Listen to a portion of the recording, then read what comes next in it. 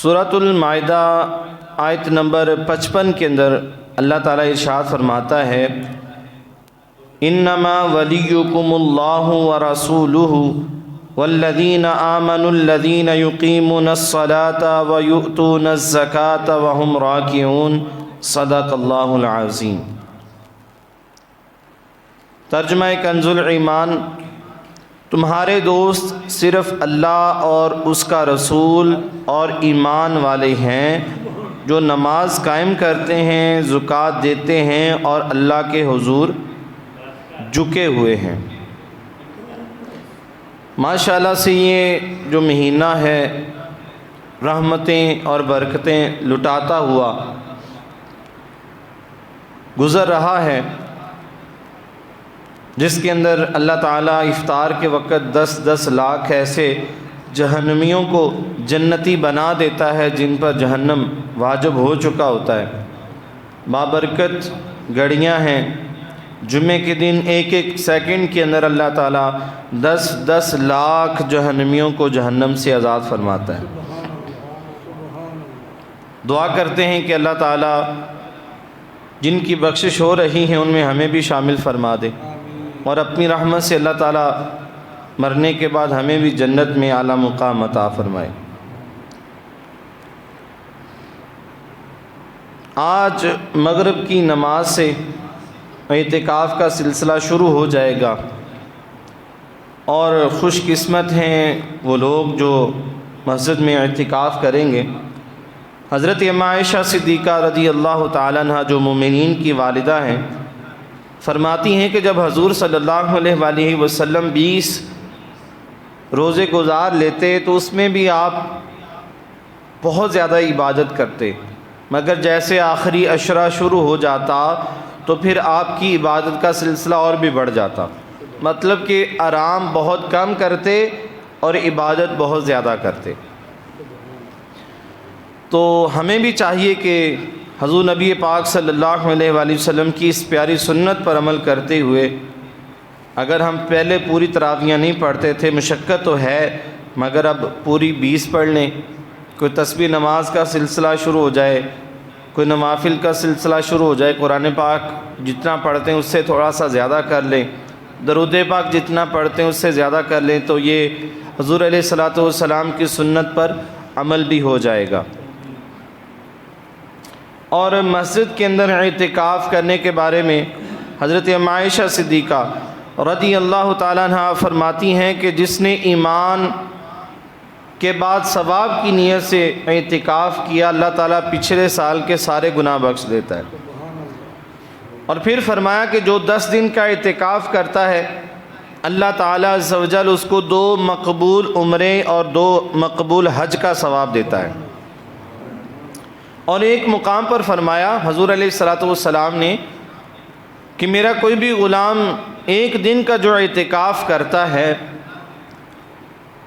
اللہ تعالیٰ اس کے بدلے اس کو جہنم سے 3 خندقیں دور کر دیتا ہے۔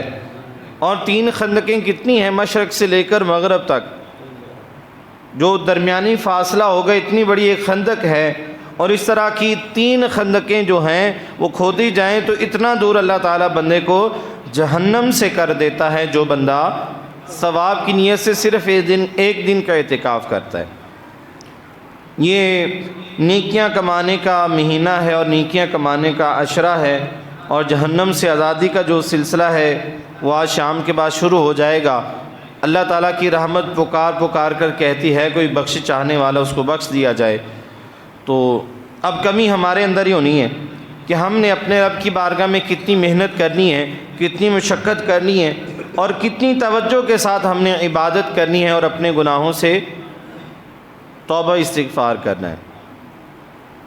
اور علماء نے یہ بھی فرمایا کہ اگر آپ کے پاس وقت نہیں ہے نا، آپ 10 دن کا اعتکاف نہیں کر سکتے، 3 دن کا کر لیں، اور اگر 3 دن کا بھی نہیں کر سکتے تو فرمایا کہ سارا دن کام کریں، روزہ افطار کریں، اور جتنا وقت میسر آ سکے آپ مسجد کے اندر گزار دیں۔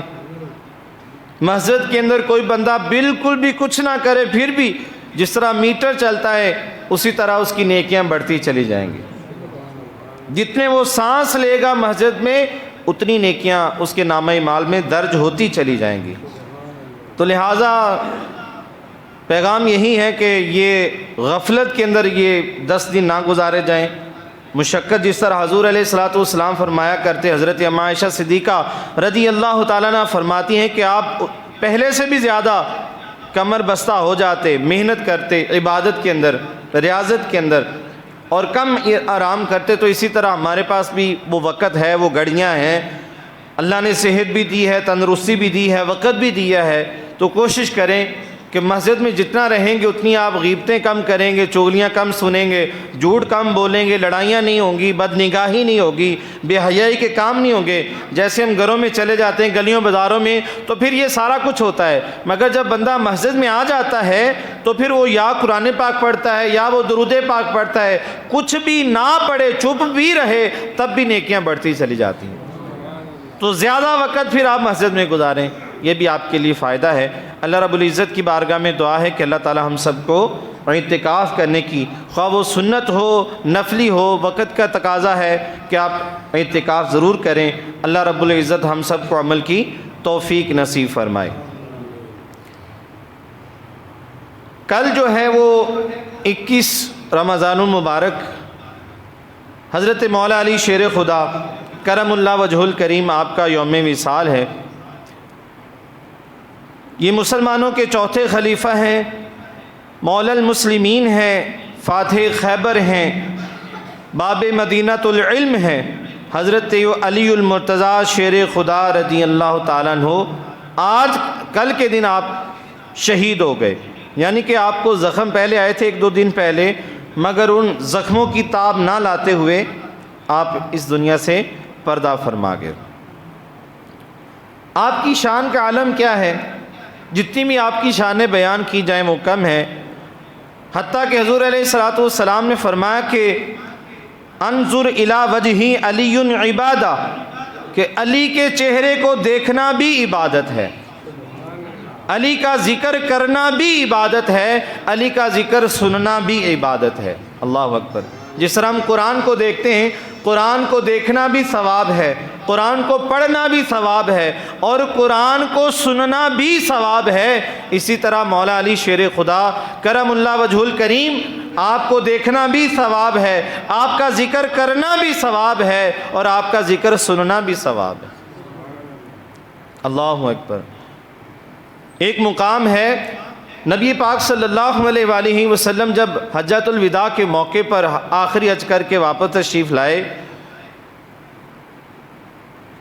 تو حضور علیہ الصلوۃ والسلام مکہ سے مدینہ کی طرف تشریف لا رہے ہیں۔ رستے میں ایک مقام پر آپ نے ظہر کا وقت تھا تو آرام کے لیے ٹھہرے، تو آپ کے جو اصحاب ہیں انہوں نے آپ کے لیے کسی درخت کے سائے کے نیچے آپ کا بستر لگایا جہاں پہ آپ نے آرام فرمانا تھا۔ حضور نبی پاک صلی اللہ علیہ وآلہ وسلم نے صحابہ کے ساتھ ظہر کی نماز با جماعت ادا فرمائی، اور پھر حضور علیہ الصلوۃ والسلام اپنے اصحاب کی طرف رخ انور پھیر کر فرمانے لگے کہ اے میرے صحابہ، کیا تم یہ جانتے ہو کہ اللہ تعالیٰ نے مجھے تمہاری جانوں سے زیادہ مجھے مختار بنایا ہے؟ کیا تم اس بات پر یقین رکھتے ہو؟ انہوں نے کہا بلا، یقیناً ہم تسلیم کرتے ہیں یا رسول اللہ صلی اللہ علیہ وآلہ وسلم کہ یہ جو ہماری جانیں ہیں، ہم اپنی جانوں کے اتنے مالک نہیں جتنی ہماری جانوں کے آپ مالک ہیں۔ حضور علیہ الصلوۃ والسلام نے دوسری دفعہ پھر یہی الفاظ دہرائے۔ آپ نے فرمایا میرے صحابہ، کیا تم اس بات پر یقین رکھتے ہو کہ تمہاری جانوں کے جتنے تم مالک ہو اس سے زیادہ میں تمہاری جانوں کا مالک ہوں؟ تو صحابہ نے عرض کی بلا یا رسول اللہ صلی اللہ علیہ وآلہ وسلم، اس میں کوئی شک نہیں، ہم اقرار کرتے ہیں، تسلیم کرتے ہیں کہ اپنی جانوں کے جتنے ہم مالک ہیں اس سے زیادہ آپ ہماری جانوں کے مالک ہیں۔ تو پھر حضور علیہ الصلوۃ والسلام نے تیسری مرتبہ مولا علی شیر خدا کرم اللہ وجہ الکریم کا ہاتھ مبارک پکڑ لیا اور فرمایا کہ میرے صحابہ سن لو، جس کا میں مولا اس کا علی مولا۔ اے میرے صحابہ سن لو، جس کا میں مولا اس کا علی مولا۔ اور میں اللہ سے دعا کرتا ہوں کہ مالک و مولا جو علی سے محبت کرے تو اس سے محبت کر، اور جو علی سے بغض رکھے تو اس سے نفرت کر، اس کو اپنا دشمن بنا لے۔ اللہ اکبر۔ تو یہ آپ کی فضائل کے اندر حدیث مبارکہ ہے کہ نبی پاک صلی اللہ علیہ وآلہ وسلم اتنی محبت فرماتے۔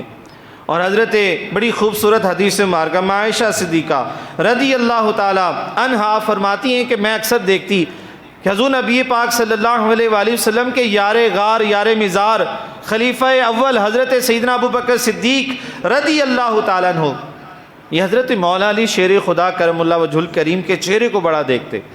تو میں نے ایک دن پوچھ ہی لیا کہ ابا جان میں اکثر اس بات کو نوٹ کرتی ہوں کہ آپ کی جو نظر ہے یہ مولا علی شیر خدا کے چہرے پہ ٹک ٹکی کی طرح ٹکی رہتی ہے، دیکھتے رہتے ہیں، اس کی وجہ کیا ہے؟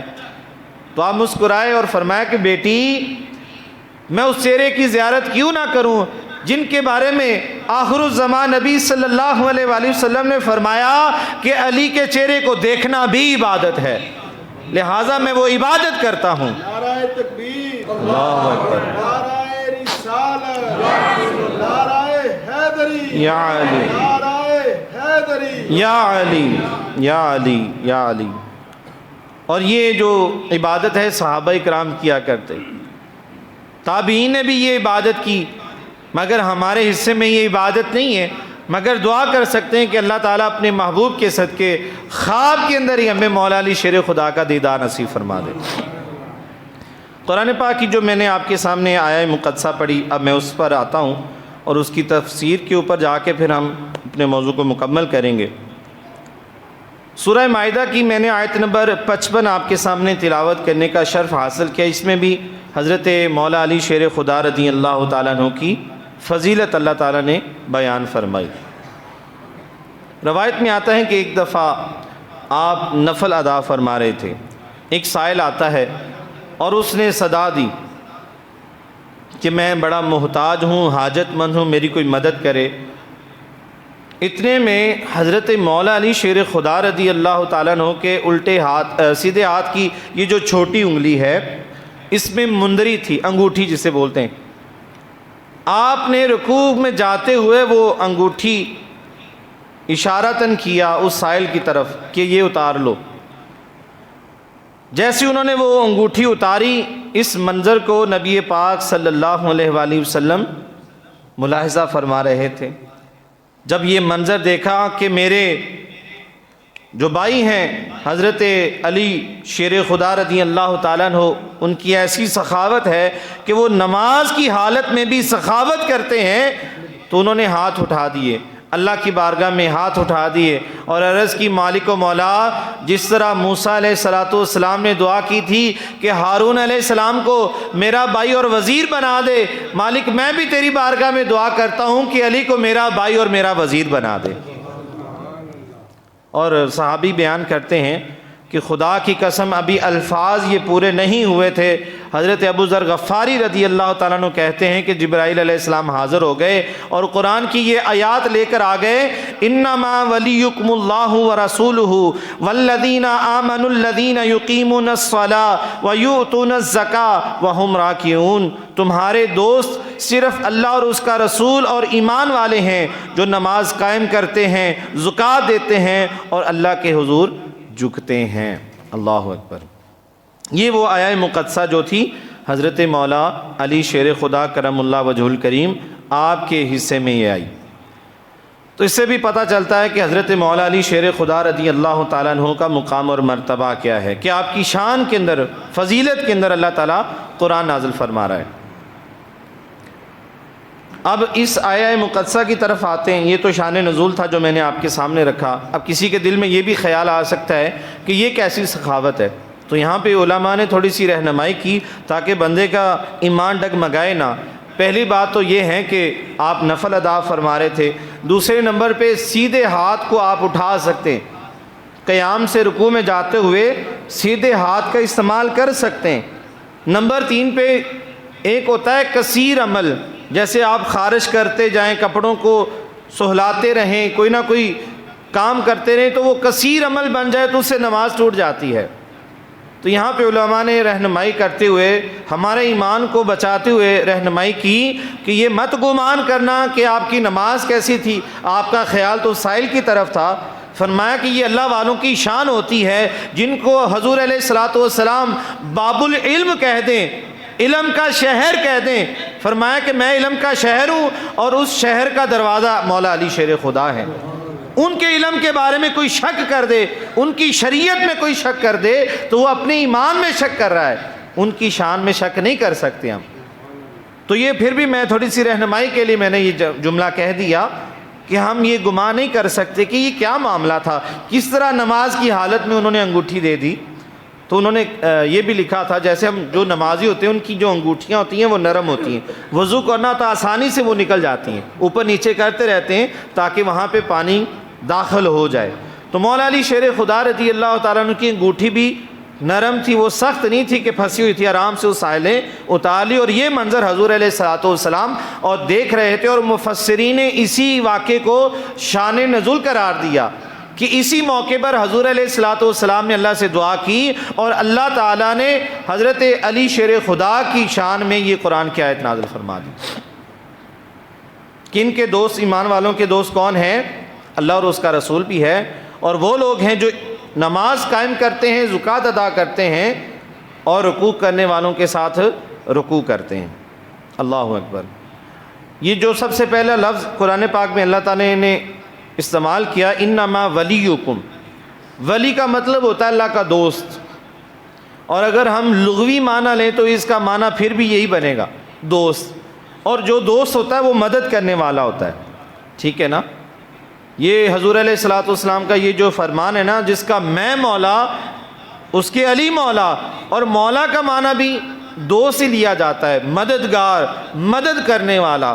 تو علماء لکھتے ہیں کہ یہ جو کہتے نا یا علی مدد، وہ اس حدیث کے اوپر عمل کرتے ہوئے کہتے ہیں کہ حضرت مولا علی شیر خدا رضی اللہ تعالیٰ عنہ کو پکارتے ہیں کہ یا علی، جس طرح حضور علیہ السلام نے فرمایا جس کا میں مولا، جس کا میں مددگار، جس کا میں دوست ہوں، اس کے علی بھی دوست ہیں، اس کے علی بھی مدد کرنے والے ہیں۔ اور جب تک حضور علیہ الصلوۃ والسلام اپنے غلاموں کی مدد کرتے رہیں گے اس وقت تک مولا علی بھی ان کی مدد کرتے رہیں گے مسلمانوں۔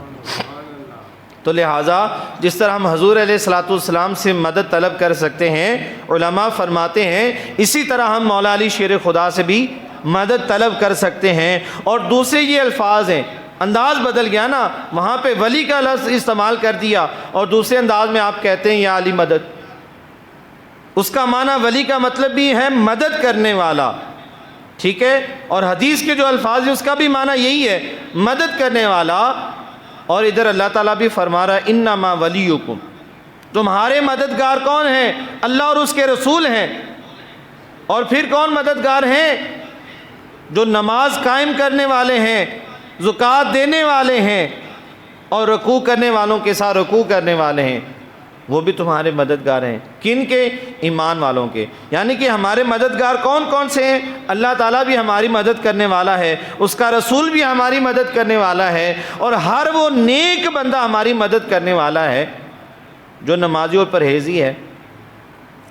آپ نیک بندہ ہمارے لیے کسی کے لیے بھی وہ دعا کرے تو وہ اللہ تعالیٰ اس کی دعا کو قبول فرماتا ہے۔ تو یہ بھی تو ایک مدد کا انداز ہے، اور مدد کی کئی اقسام بن جاتی ہیں، مگر یہ جو خاص آیت ہے وہ حضرت علی شیر خدا کرم اللہ وجہ الکریم آپ کے حق میں آئی۔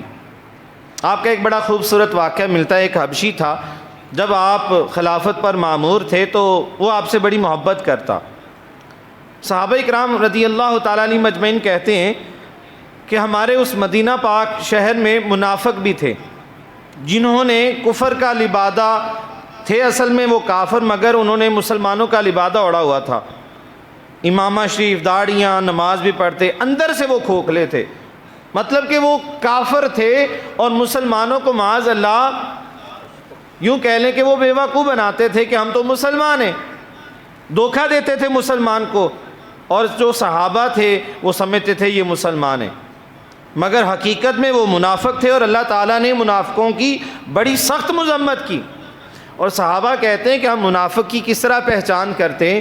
جب بھی کسی شخص کے سامنے حضرت علی رضی اللہ تعالیٰ عنہ کی شان بیان ہوتی، اگر اس کا چہرہ کھل جاتا، صحابہ کہتے ہیں خدا کی قسم ہم سمجھتے یہ مومن کا چہرہ منافق کا چہرہ ہو ہی نہیں سکتا، اور اگر حضرت علی کی شان سن کر اس کا چہرہ مرجھا جاتا، صحابہ کہتے ہیں ہم سمجھ جاتے یہ مومن کا چہرہ ہو ہی نہیں سکتا، یہ پکا منافق ہے۔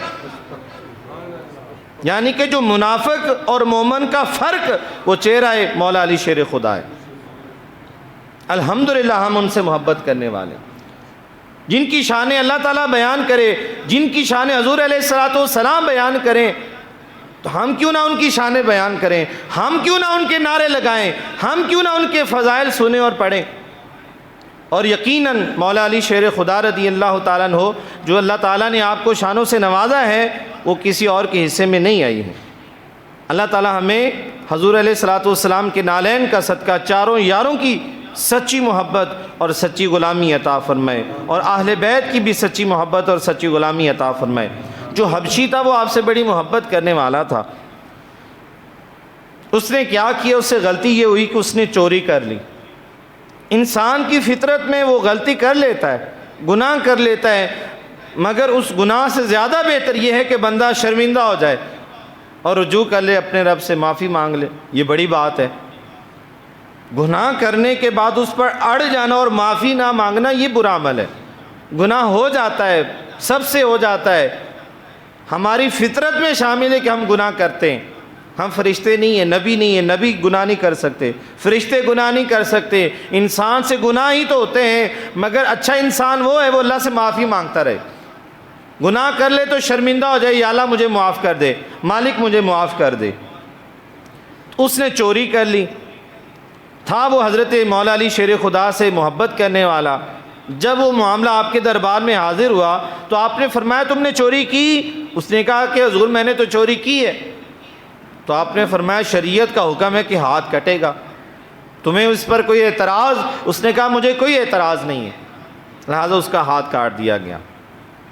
اب وہ ہاتھ پکڑ کے جا رہا ہے اپنے گھر کو واپس، رستے میں حضرت سلمان فارسی رضی اللہ تعالیٰ عنہ اور ایک اور صحابی جو ہیں وہ ان سے ملے اور پوچھا کہ کیا معاملہ ہوا؟ اس نے کہا جی میں نے چوری کی تھی، اور شریعت کے مطابق حضرت مولا علی شیر خدا جو مسلمانوں کے چوتھے خلیفہ ہیں انہوں نے میرا ہاتھ کٹوا دیا۔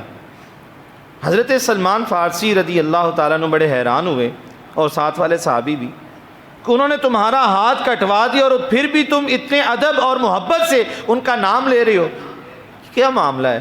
تو آگے سے اس نے بڑا خوبصورت جواب دیا۔ اس نے کہا کہ انہوں نے میرے ساتھ کوئی زیادتی نہیں کی، ناجائز نہیں کیا، میں نے چوری کی تھی اور شریعت کا حکم ہے کہ جو چوری کرے گا اس کا ہاتھ کٹے گا، تو انہوں نے تو مجھے جہنم کی آگ سے بچا لیا، انہوں نے مجھے جہنم کی آگ سے بچا لیا۔ میں ان سے محبت کرتا تھا، آج بھی ان سے محبت کرنے والا ہوں۔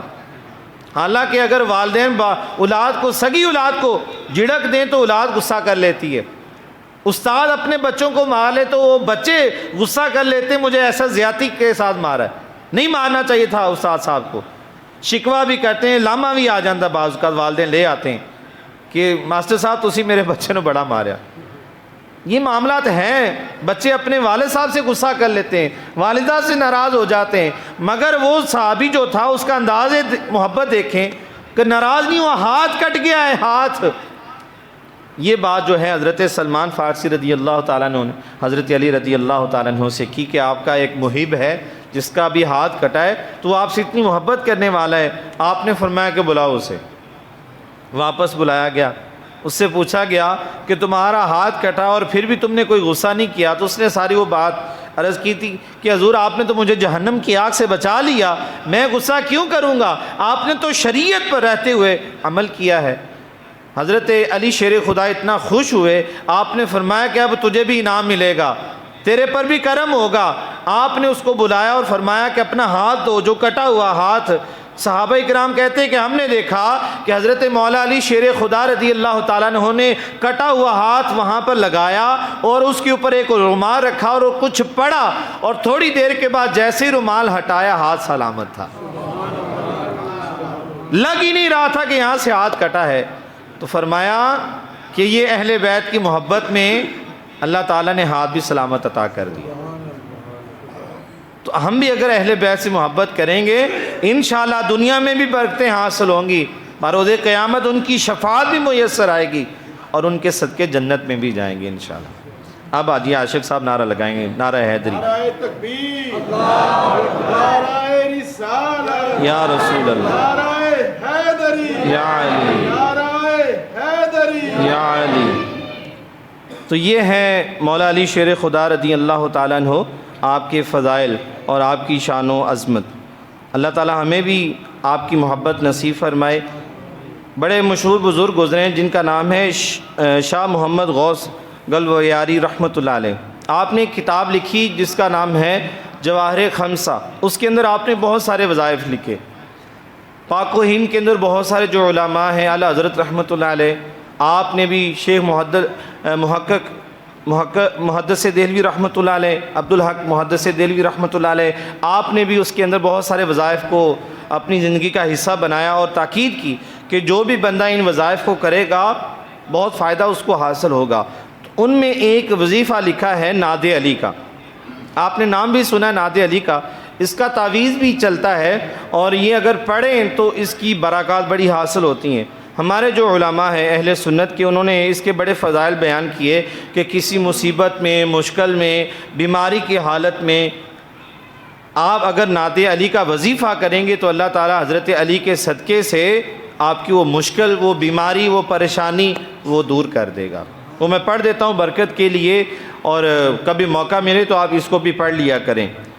ناد علی مظہر العجائب تاجدوہ اون لک فی النوائب کل ہم و غم سینجلی بنبوتک یا محمد بولیاتک یا علی یا علی یا علی۔ اعلیٰ حضرت رحمۃ اللہ علیہ نے یہاں پہ لکھا کہ یہ جو یا محمد کا لفظ استعمال ہوا ہے، یہاں پر اعلیٰ حضرت فرماتے ہیں کہ غلام کو یہ زیب نہیں دیتا، منع کیا گیا کہ سیدھا کوئی یا محمد مت کہے۔ قرآن پاک میں اللہ تعالیٰ نے جب حضور علیہ الصلاۃ والسلام کو کسی جگہ پہ محمد کہہ کے نہیں پکارا تو ہمیں بھی یہ زیب نہیں دیتا کہ ہم آپ صلی اللہ علیہ وسلم کو یا محمد کہیں، بلکہ یا رسول اللہ کہہ لیں، یا نبی اللہ کہہ لیں۔ کتنے نام اللہ تعالیٰ نے لیے، تو آپ کا جو خاص نام ہے اس نام سے آپ کو نہ پکارا جائے، بلکہ جو آپ کے دوسرے نام ہیں ان ناموں سے آپ کو پکارا جائے، تو انشاءاللہ اس کی بڑی برکات آپ کو حاصل ہوں گی۔ اور یہ نعت علی اگر آپ تعویذ بنا کر اپنے گھر میں رکھ لیں، اپنے گلے میں ڈالیں، تو اس کی بھی برکات آپ کو حاصل ہوں گی۔ آگے فرمایا کہ الذین یقیمون الصلاۃ، جو نماز قائم کرتے ہیں۔ حضرت مولا علی شیر خدا کی نماز کیسی نماز ہے کہ آپ کی یہ پنڈلی میں تیر لگ گیا، جنگ کے دوران تیر لگ گیا، اب وہ نکالتے ہیں تو بڑا شدید قسم کا درد ہے، نکل نہیں رہا، طبیب بڑے پریشان ہیں۔ آپ کی جو بڑے صاحبزادے ہیں حضرت امام علی مقام حضرت امام حسن مجتبیٰ رضی اللہ تعالیٰ عنہ، انہوں نے ان طبیبوں کو فرمایا کہ اگر والد صاحب نماز پڑھے نا تو ان کا جسم نرم ہو جاتا ہے، اللہ تعالیٰ کے خوف سے یہ ڈر جاتے ہیں اور ان کا جسم بالکل روئی کی طرح نرم ہو جاتا ہے۔ اس حالت میں آپ اگر وہ تیر نکال دیں گے تو ان کو پتہ نہیں چلے گا، درد بھی کم ہوگا۔